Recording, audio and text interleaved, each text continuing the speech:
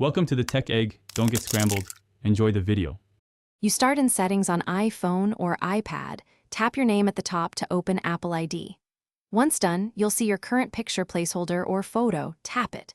If prompted, authenticate with Face ID, Touch ID, or passcode so the device allows edits.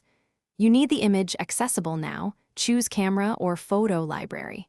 Make sure the photo is high resolution and centered, because Apple will crop it. Now select Camera to take a fresh shot or Photo Library to pick an existing image. After selecting a photo, Apple shows an editor for positioning and cropping.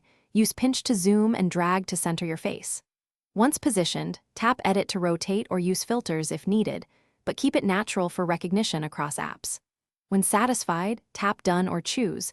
The system saves the image to your Apple ID profile and syncs to devices via iCloud.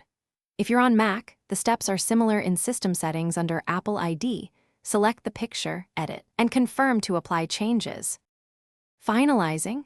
After you hit Done, give iCloud a few minutes to propagate the new picture across devices and apps.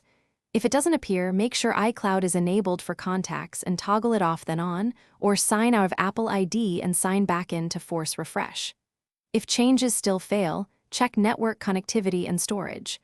A full device or poor internet can block sync. As one key tip, verify the photo meets size limits and isn't blocked by any device management profiles. Thanks for watching. Consider subscribing if I helped unscramble your problems.